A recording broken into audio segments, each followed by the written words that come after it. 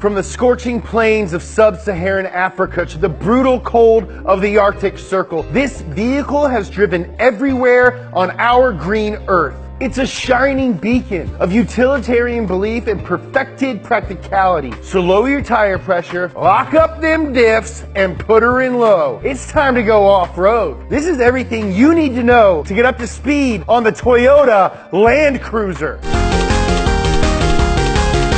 And we're going on a field trip.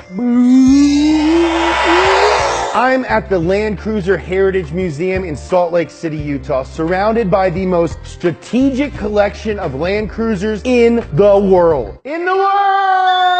With nearly every single model represented, it is clear that the Land Cruiser is one of the most diverse and influential vehicles in the entire history of the automobile. You ever heard of it? The Land Cruiser is Toyota's longest running nameplate, starting production in 1951 with the BJ model. It was a military vehicle produced in Japan for American use in the Korean War. After the Armistice Agreement in 1953, the war was over, but Toyota wanted to keep making the BJ because it made them a lot of money. But they couldn't just send a bare bones warfighter out into the world and expect to sell big numbers, so Toyota gave the workhorse a redesign with comfier seats and softer suspension. This new model, called the Model 20, encompassed both the gasoline-powered FJ20 and the diesel-powered BJ20. This Land Cruiser was extremely important to Toyota. In fact, it's possible that without it, they might not be around today. That means no Supra, no MR2, no Hachiroku. Toyota had been building cars in Japan since 1936, but weren't selling them outside of the country. After the war, Toyota started looking abroad, but there was a problem. The biggest markets already had their own passenger cars. However, the FJ was just as good, if not better, than America's Jeep. So what they did was send the FJ and the BJ to overseas markets, then put their new passenger car, the Crown, next to it. The reliability and capability of the Land Cruiser gave the Crown credibility. Within Toyota, this was called the Land Cruiser strategy, and Toyota implemented it all over the world. Thanks to the Land Cruiser, the Toyota lineup was seen as a credible option. Okay, quick timeout. I'm going to be saying a lot of numbers and letters in this episode, and it might seem confusing, but it's not. Here's what they mean. The first letter is the engine. F means it has a straight six gasoline engine.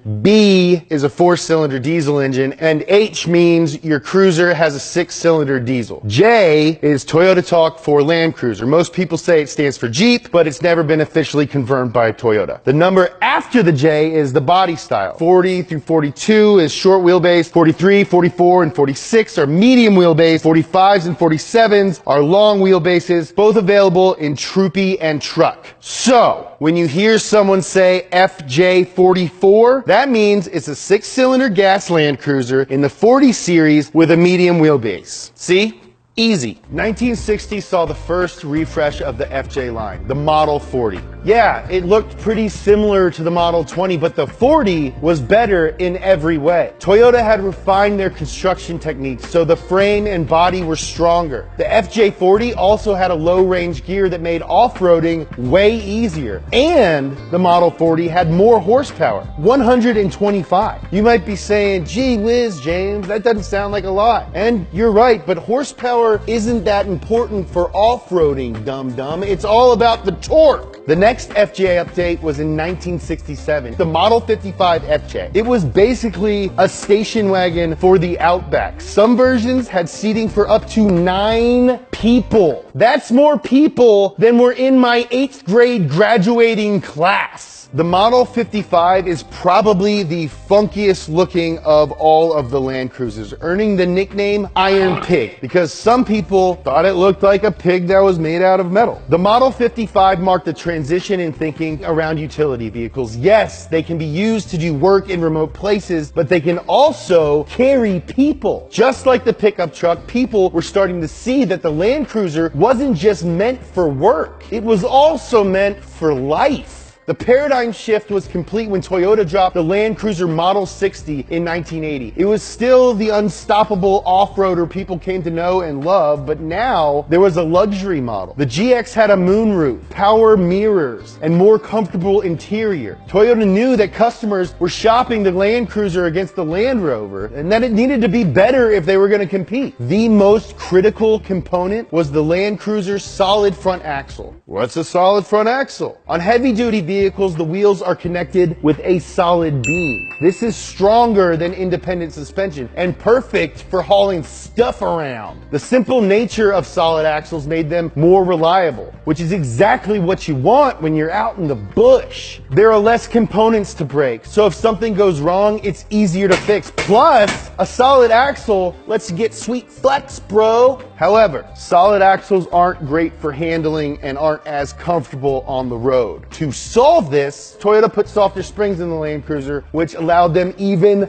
more flex, which made them even better off-road. Good job, Toyota. The Land Cruiser continued to modernize with the Model 70, released in 1984. Small adjustments were made to make the now legendary off-roader even better. The body panels were thickened by 1 millimeter to make them more durable, and the styling was updated for a more domesticated look. If the Model 60 in 1980 marked the Land Cruiser's transition from utilitarian focus to comfort, 1989's Model 80 was a full commitment to luxury. Toyota knew that most people weren't going to take the latest cruiser off-road. That for most people in the US, the Land Cruiser was a family car. And I can sing high.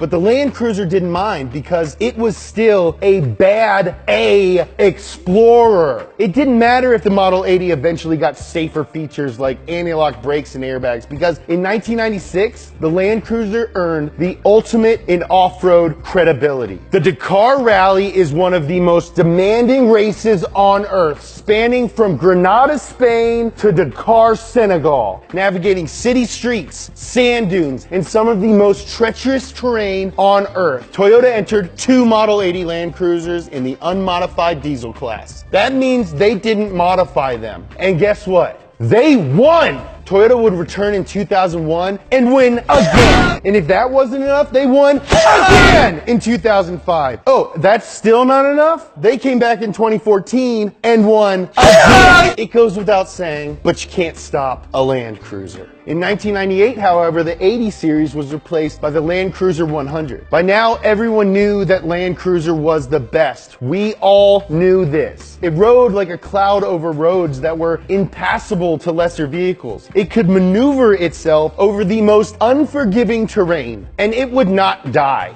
Hashtag invincible. It is so reliable as a durable 4x4 that the United Nations passed a resolution to use it as their field vehicle of choice. Toyota made the best even better. They developed a new 32-valve V8 that made more horsepower, got better mileage, and reduced emissions. And while in some markets they released a 105 series that carried over most of its guts from the 80 series, including solid front and rear axles, the 100 series that we got had quite a few game-changing bells and whistles. The front suspension was a double wishbone type independent suspension, and the steering was now rack and pinion. This Land Cruiser was designed to feel more like a passenger car than its heavy-duty, rough and tumble predecessors. To further improve riding comfort and steering stability, it had hydraulic vehicle height adjustment and Toyota electronic modulated suspension, or Skyhook TEMS, which made it perform better if for some reason you were driving on paved roads. In '99, it got traction control, and in 2002, the Land Cruiser featured new technology that enabled drivers to see in the dark, just like a cat.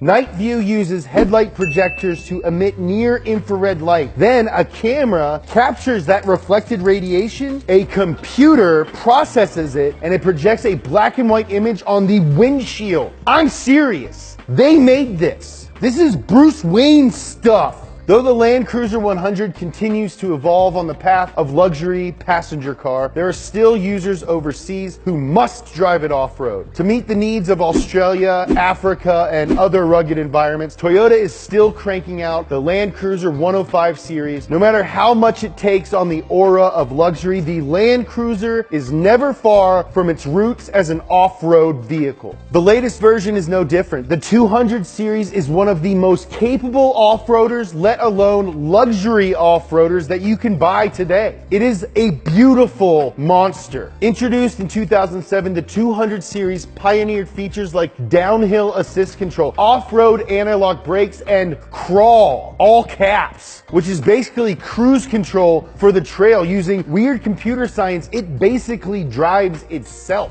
Despite the openly luxurious appearance, the 200 series is still one of the best overland vehicles in the friggin' world. From its start, the Land Cruiser dominated the harsh landscapes of untouched country, but the landscape has changed. Today, the Land Cruiser dominates the automotive landscape, looking down from its lofty luxury perch as king of the mountain. And those harsh, unexplored environments, well, it still dominates there too. Hail to the king, baby. Thanks for watching Up to Speed. What's your favorite off-road story? Share it in the comments below. I want to say a huge thank you to Greg Miller and everyone at the Land Cruiser Heritage Museum for having us out and letting us look around. This place is amazing, and if you're in the Salt Lake area, you should definitely check it out. If you're lucky, then he'll be here and you can learn a ton just like I did. Come here, take a picture, tag me and Donut in it, and I'll send you something weird. Don't forget to like, comment, subscribe, and share. I love you.